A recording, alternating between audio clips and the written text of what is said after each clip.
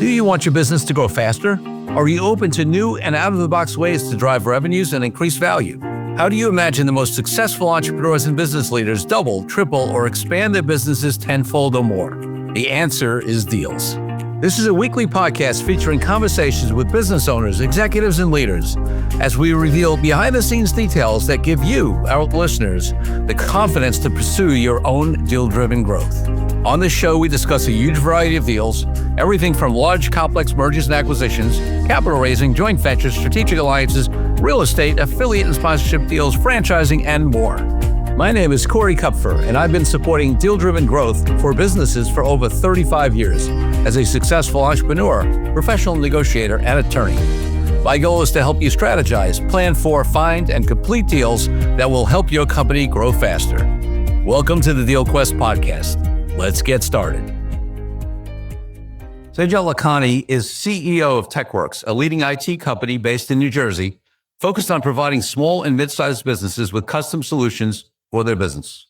After graduating from the University of Buffalo with a degree in legal studies, Sejal began her career working for major global banking institutions in regulatory and compliance divisions, as well as on the trading floor. For 12 years, she traveled the world, working for leading financial firms in Japan, London, Hong Kong, and Singapore. In 2012, she left the banking industry to join TechWerxe, founded by her husband, Sejal Lakhani-Bhatt, in 2008.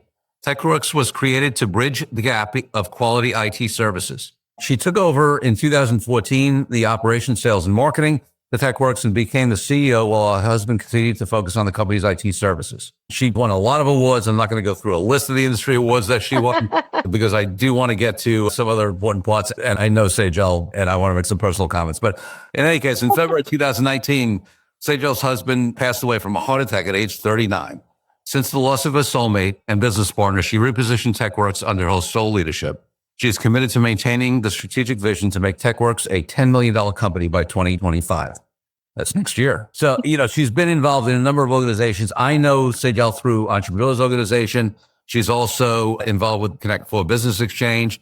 She has done all kinds of stuff, UN sustainable goals, development goals through EO, mastermind groups, supporting St. Jude's, working with organizations that support victims of human trafficking.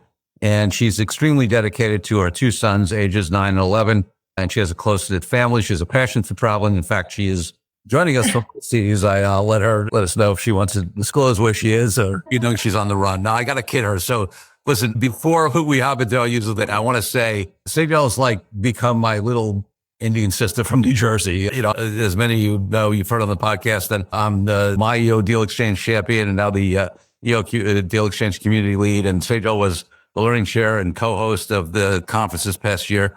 And she and I had a blast just, ripping on each other and kidding each other, but doing great work together. I'm so excited to have Sejal on the podcast. Welcome, my friend. Thank you. And I am excited to be here. I definitely need to look at that bio. My kids are 16 and 13 now. I'm looking at that going, okay. That part of the bio seems to be a little outdated. Okay. So folks, I'm excited to talk all about Sejal's experience. Obviously, we've done some work at Deal Exchange together and her company, there's a lot in cybersecurity and other tech areas that affect deals. And she's very aware of the relationship between those two things. And we're going to talk about all that. But before we get there, Sejal, I want to take you back to when you were a little kid growing up, maybe 18, 12 years old. What did you want to be? Because I'm assuming a CEO of a very successful tech company and, of course, whatever was exactly what you wanted back then. Absolutely perfect. Now, when I was 12, I probably wanted to be a professional dancer. I wanted to be a professional dancer and a lawyer. And I can say that those were both my goals all the way through college because I majored in legal studies and I minored in dance. Oh, wow. Okay. So, yeah. Yep. And now I'm here. Yes. And what was one other question looking back, what was the first deal of any type you can remember being involved in? It could have been, in your company now, maybe there's something earlier or anything you had exposure to that was a deal. So it's funny. So I was probably exposed to deals from a fairly young age. My father is an entrepreneur and he'd started his own company, merged companies, had bought over companies, had brought in partners. But I didn't necessarily know what any of that was at that time. Yeah. And to be honest with you, I'm not sure I really knew it even as I was going through, Merrill Lynch and Deutsche Bank and Morgan Stanley and all, because it wasn't something that you thought of in that way.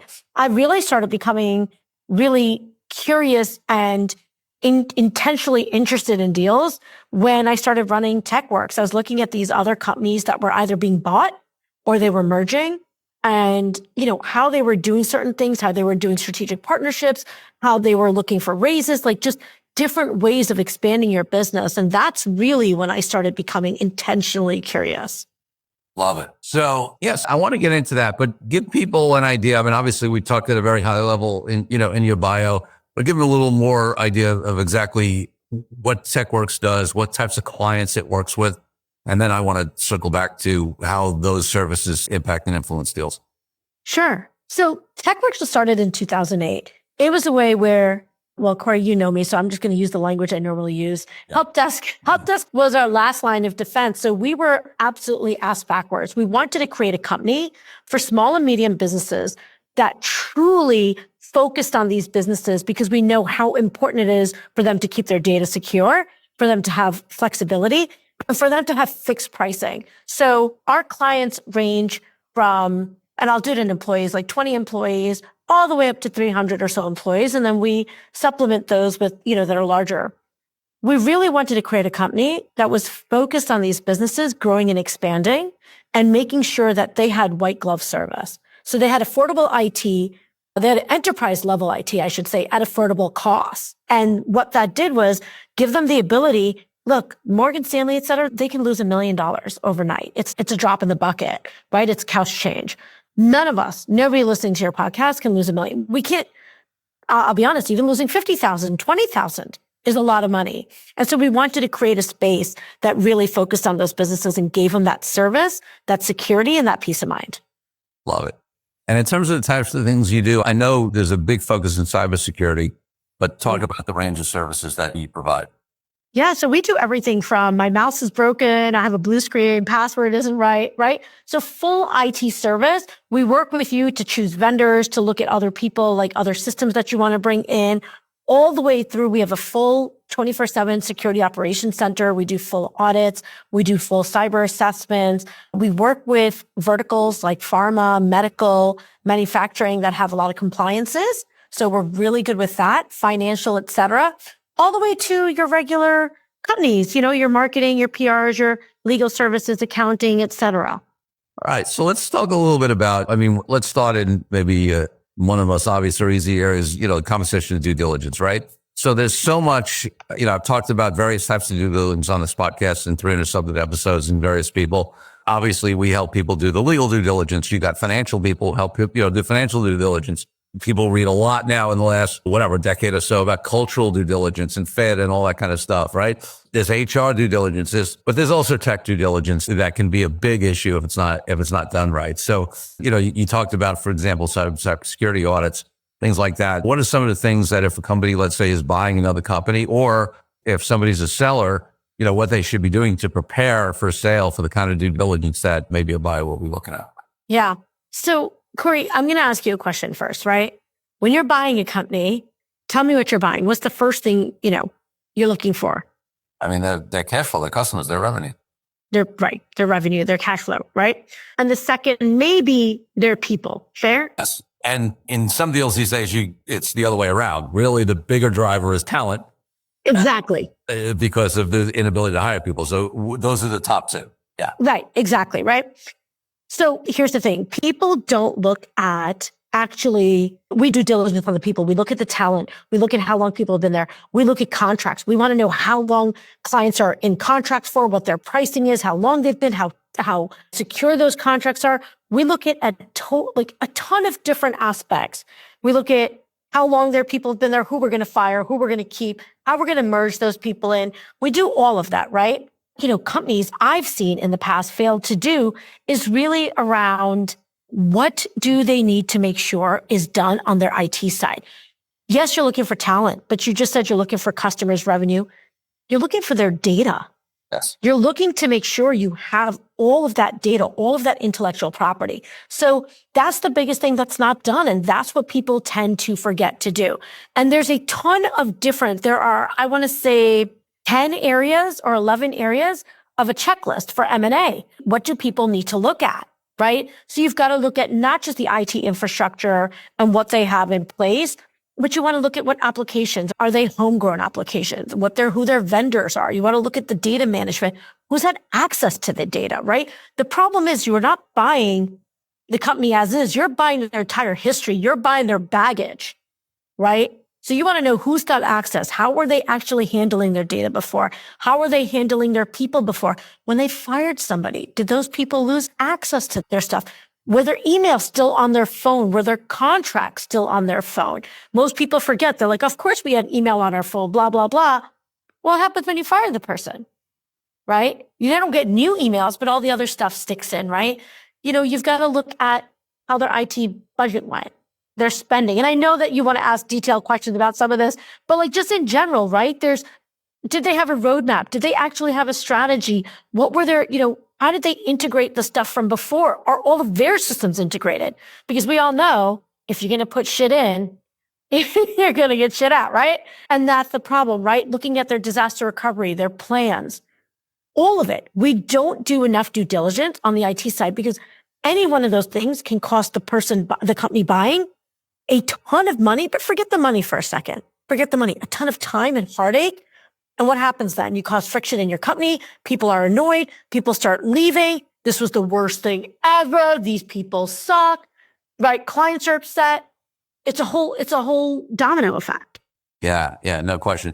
And then you also mentioned that we work in some regulated areas, right? We do a lot in financial services.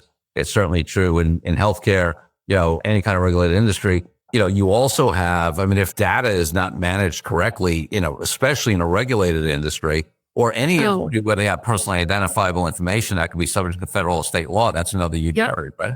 Absolutely. Absolutely. And that again goes back to the history, right? Because you as your owner of your company, I hope you're doing the right thing and you've got everything under lock and key, right? And if you don't, get it under lock and key. But when you're buying, you just don't know. Everyone always, of course we do. We have everything in place and they might right now, right? But you want to get a history. You want to ask the questions. And here's the thing, Corey. Just like, for mergers and acquisitions in the legal space, I don't know the right questions to ask. You don't know what you don't know. So you need to make sure you have somebody on your side that knows the right questions to ask, that's asking the hard questions. Yeah, love that. Love that.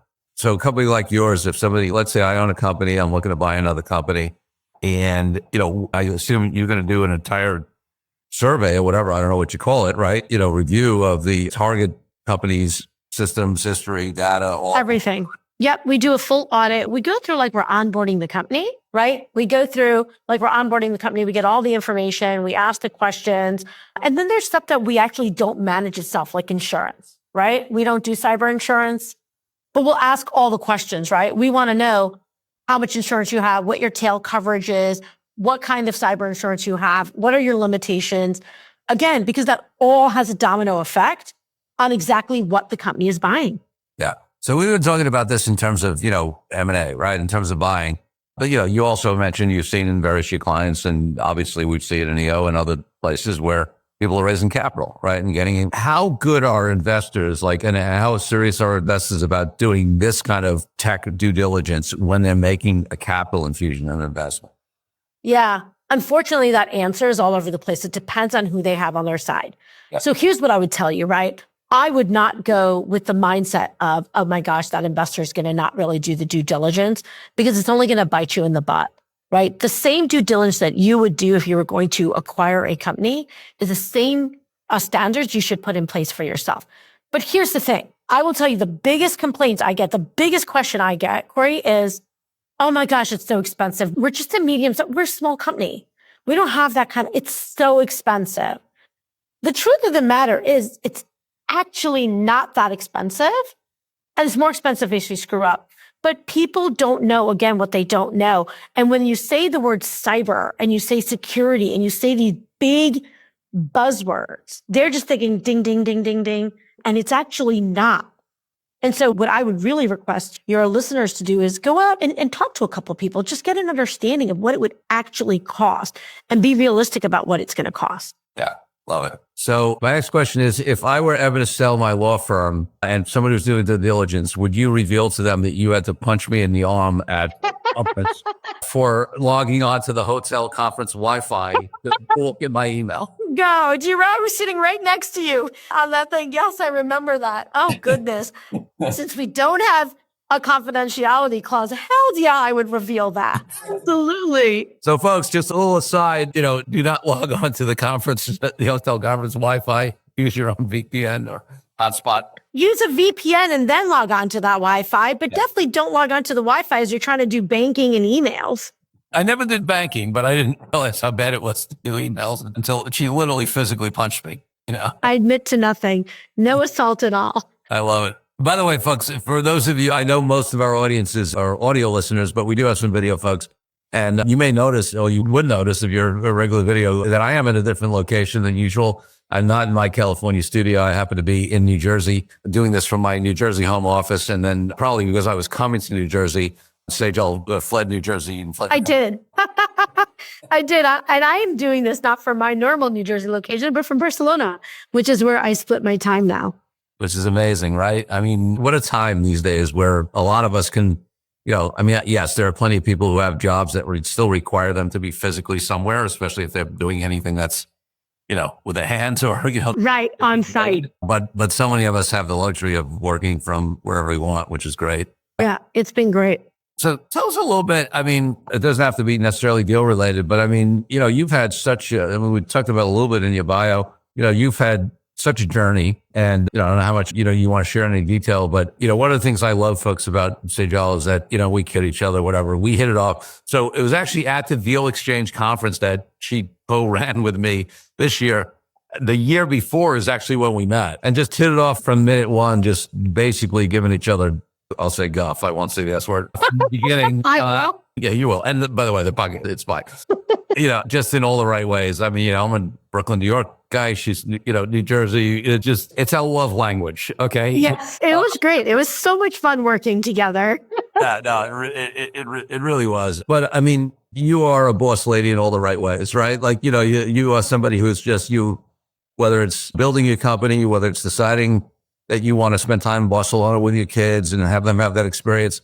You're somebody who just makes things happen. I would just love, anything you want the listeners to know just more about you and sort of your journey and your sort of outlook on life. You've had obviously significant challenges in your husband passing so early. And one of the things I love about you is that, you keep moving forward and you keep it laughing and you keep a positive attitude, even with the challenges you back.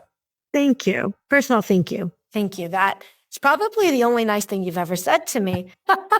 No, but in all seriousness, thank you. So yes, my husband passed away 6 years. Actually, our anniversary was 2 days ago. Wow. And it would have been 19 years. I've had an incredible journey, and it's been a very hard journey, but I will tell you this. There are a couple very defining moments in my life and a couple very defining people, and they happen to be EO related, that have completely changed my life. So if you think about those 2 moments or 3 moments, like that moment that you're like, that was a turning point in my life, or that was a change, or something happened. And the first one was at Regional Leadership Academy in 2019 in March. And my husband passed away February 28th, 2019. And I got a call from the powers that be, like, you got to go to RLA. Like, I'd already been accepted. I was already going, but obviously I was going to cancel. And they're like, no, you got to go. And Warren Rustan was there. And I remember just going through this entire journey of being able to just let it all out and be in a position of just saying, oh my God, I suck at all of this right now. I'm not doing anything correctly. And that is a place where the best change in my life happened. Is I actually became a better mother. And I think I'm a pretty damn good mother, which is my first and primary job. That's the one that I focus on. And I'll tell you, it completely changed my outlook with my kids. It changed my relationship with my kids, etc. The second was this year that just passed. It's where I met Damon. It was at GOT, not even the past year, this year in April. And I went to GOT. And the funny thing is I wasn't supposed to be there. I was supposed to be in Singapore. I was going to go to GLC. Last minute, I'm like, no, I'm going to go, whatever. And there were a couple of people, and I realized it took me 6 years almost, right? 5 years. Be thankful for everything, because you are where you are because of every step that's happened. And I know I know from experience that's hard to live, that's hard to stay. And I think this year I finally started getting to a point where I'm like, I wouldn't be here right now. I wouldn't be in Barcelona. I wouldn't be in a lot of places doing a lot of things if I'm not thankful for every step, as awful as it is or as great as it is, right? You can't be only thankful for the good, because the good doesn't happen if there's no bad, right? Then it's just level. There has to be a bad for there to be a good. And so that's sort of the attitude I've been taking. And yeah, I did. I moved to Barcelona, partially part-time or whatever it is, in a heartbeat. It was mid-May that I made the decision, and mid-August we were here and, took the two kids and enrolled them in school, and they're in, football, not soccer. Don't say soccer, football. And it's great. So it has been hard. From a TechWerxe perspective, we went through a lot, and those in EO that have heard my story know it inside out. But I had to completely redo TechWerxe. So once I got my head back on my shoulders about my two grieving kids, I redid TechWerxe. It took me 11 months. In January 11th of 2020, I had restabilized the business.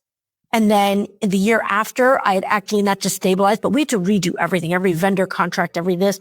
We had to redo everything. And I actually got it to a position where we're growing and we have incredible clients and I have an incredible team, and we are way beyond where I would have imagined. And it really just comes down to, once again, focusing on what needs to happen and what we need to do and moving it forward. All while you get to be in Barcelona with your kids. Not that you're not working from there as well, which you are, but I'm working New York hours. It's the best all the time. So there's a number of things that Sejal said that I want to just comment on or expand on, explain a little bit for the audience. So first of all, RLA, Regional Leadership Academy, is something that EO, so let's take a step back. Most of you on this podcast, you've never listened before. I've mentioned Entrepreneurs Organization. I've had other EO members on as guests. I originally joined EO in New York in 2008. I'm a LA member now. And I actually had the pleasure of doing Global Leadership Academy in 2014, prior to when they started doing them regionally. They weren't only doing it globally originally. Then they started doing it regionally. And Warren Rustand, who Sejal mentioned, is just one of a phenomenal human being and committed to, training. And in fact, Warren wrote the foreword to my Authentic Negotiating book. He did. He did. Yeah. So, and I knew Warren through EO and obviously spent time with him at Global Leadership Academy back in 2014. So that's just a little context there.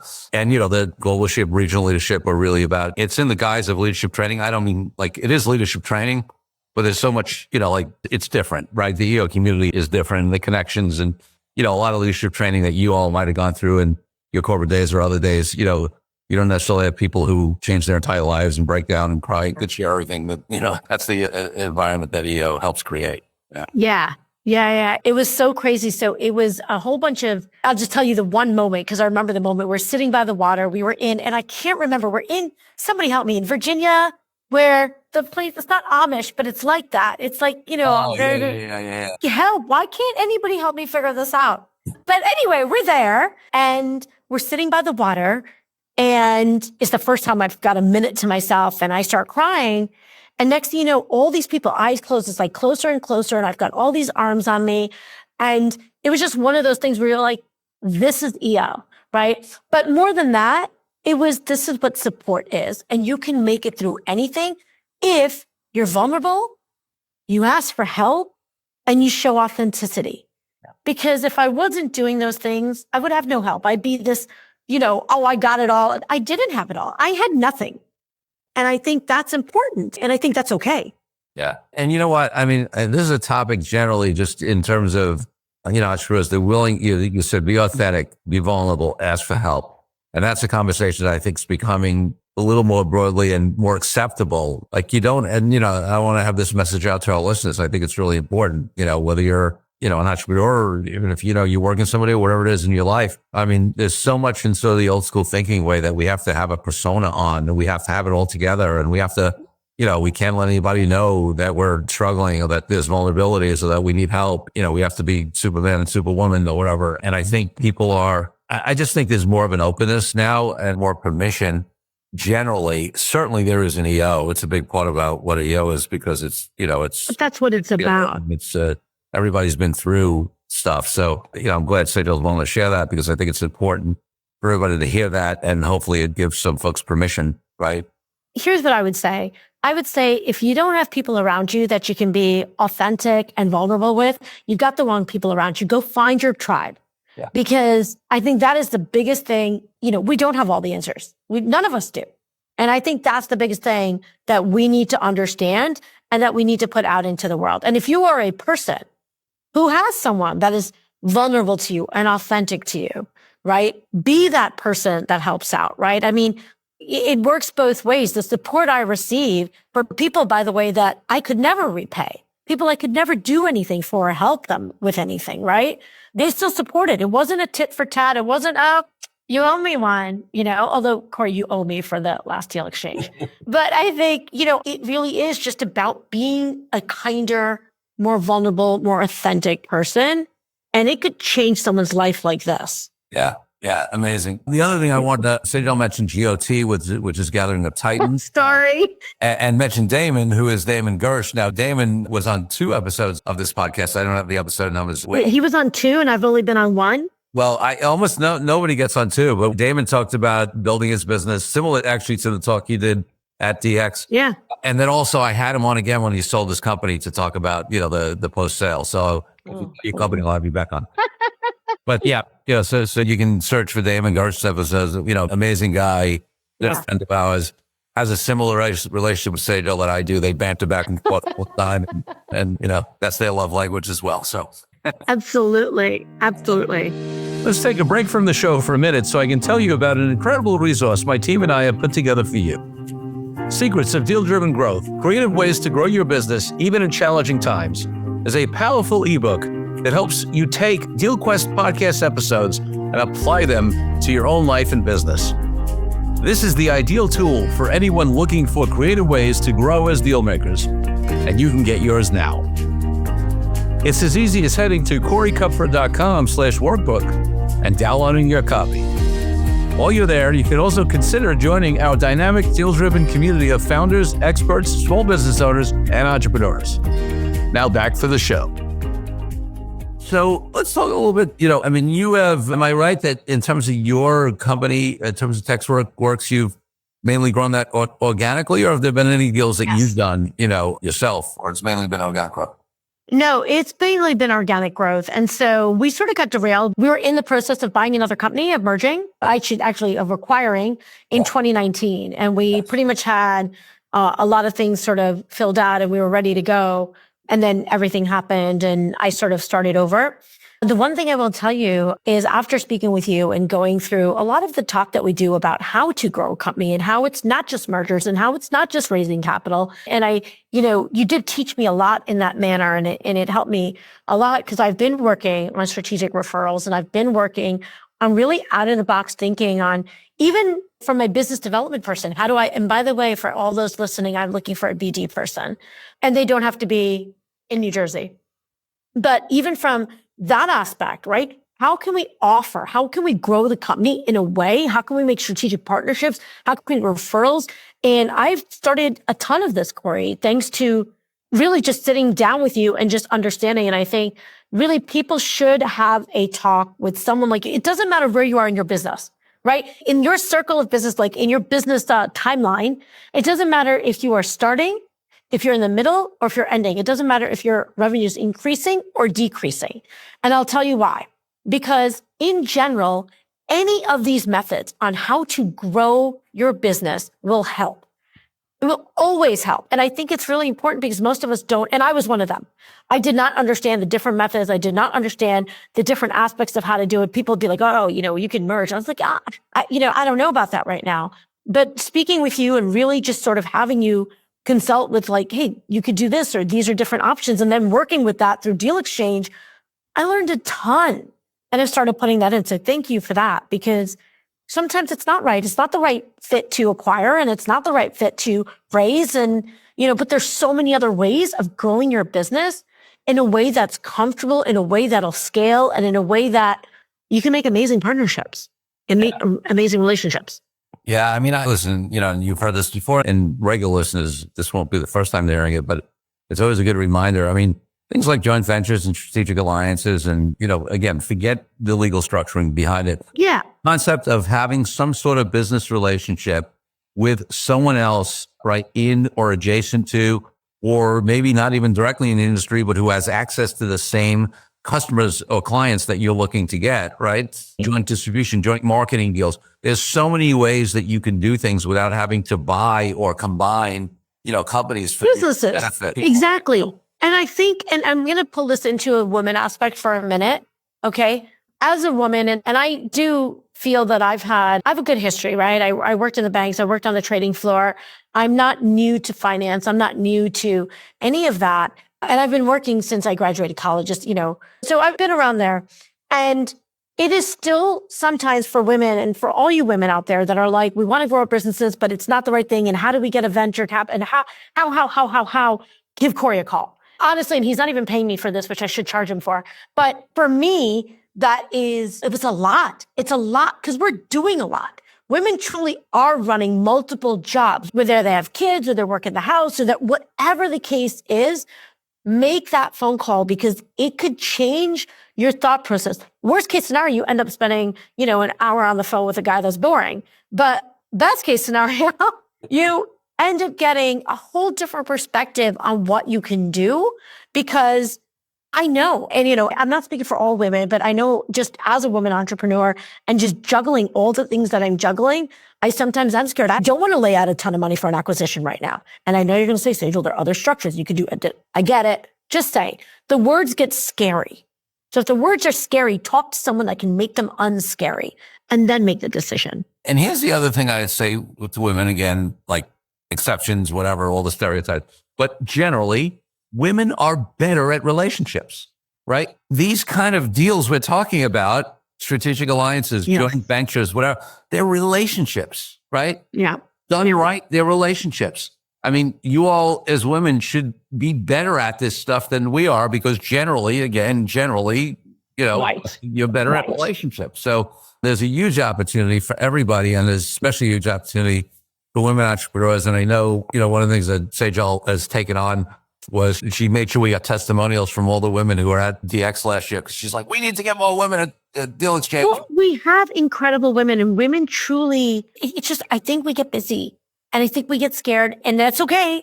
And I didn't know. And so I'll offer it out here, to any of your women listeners that want to call and just talk it through. Give me a call. Corey will you can post my cell number, my email, call me. Let's talk about it because there's a lot of stuff that I learned that made things easier, which is why my goals are high and higher and loftier, because I know that I'll be able to make them with these different ways of scaling the business. I love it. And listen, despite my temptation to go back at her on the boring comment, I will tell you, I will guarantee you, whether you get value or not from the call with her, which by the way, you will, it will not be boring, actually. I love it. So, anything else that, comes to mind in terms of the relationship, what you do to deals or learning about deals, or even just anything we haven't heard about you or your company that you want the audience to hear more about? No. So here's what I, just want to put out there. IT is a big unknown. It is a black box. Things are constantly changing. Cybersecurity is scary. These are big, scary words that sound very expensive. Call me, talk to me. I do this a lot. A lot of your members are EO members or listeners. I do this all the time. Just talk to me. Let's have a conversation about what you don't know so you can then take it wherever you want to go to have that conversation in the know. There's a lot out there, and let's make sure that our business is safe. Let's make sure that our employees are safe. And, especially right now with everything going on, I think we have that ability to take that extra step. Yeah, love that. It's interesting to me because I've seen in your space, there's a lot, well, let's say certainly in managed services, right? Generally, and there's a lot of consolidation happening, right? I mean, you see a lot of deals in the industry, right? Yes. So, I probably get 1 to 2 calls a day, private equities, larger MSPs, et cetera. There's a lot of consolidation. I have my opinions on the consolidations. I have my opinions on how it works. It depends on what kind of business you are, what kind of service you require. Be careful if your IT company is getting bought. Just figure out, ask the questions. Who's buying? Who's going to stay in charge? What are they going to do? How do your contracts work? There are questions that you need to ask. What happens if something happens? How do you get out of something? What are the new cancellation policies? What are the solutions that they're good. I could rattle off a billion of them, right? There's a whole bunch of stuff that you need to know and you need to ask, and make sure you do that and then decide whether that is still the right company for you or not the right company for you, right?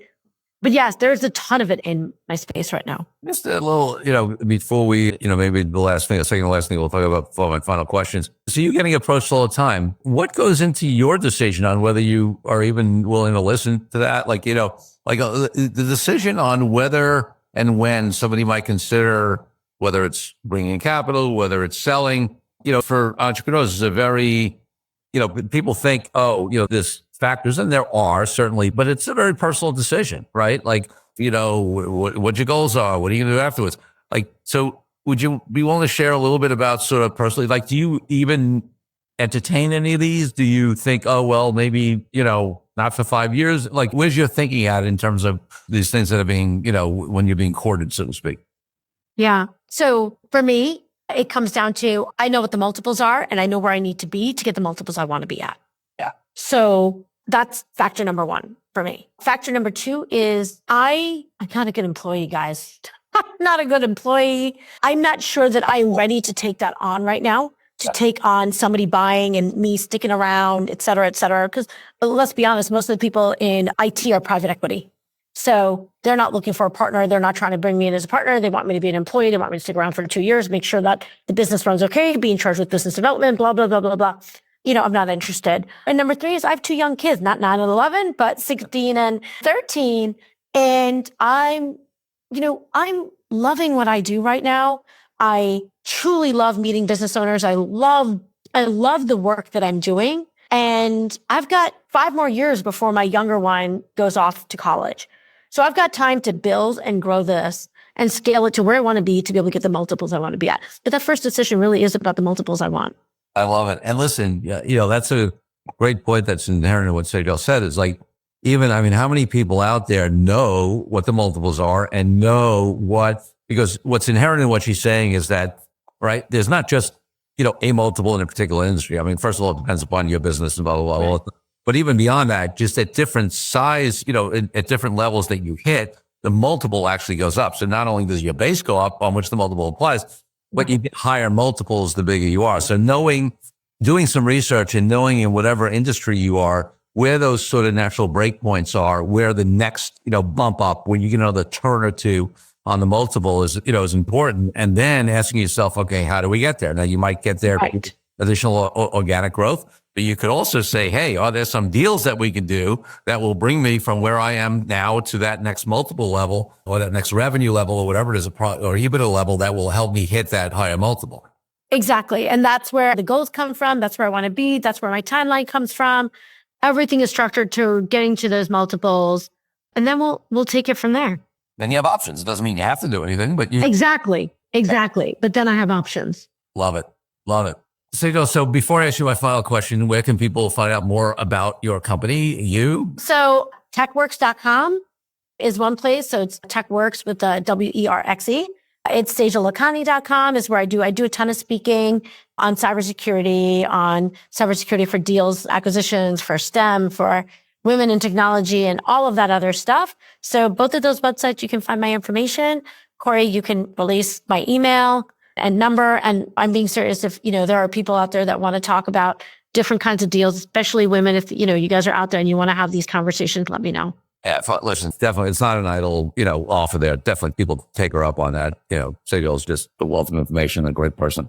So my final question on the podcast, and by the way, when your recording ends, the compliments will end as well. I don't know about 1 or 2, which is honestly more than I've gotten in 2 or 3 years. So I'm banking these. I love it. And now you have it on tape, right? You can always, or exactly. Right? You can always go into something. You see, Corey really does like me. Okay. Oh my God, I have so much fun with you. Sejal, my final question of the podcast is always about my highest value in life, which is freedom. And for me, that means everything from freedom from oppression for all people around the world to why I've been an entrepreneur for decades and haven't had a boss. What does freedom mean to you, and how does it impact your life and business?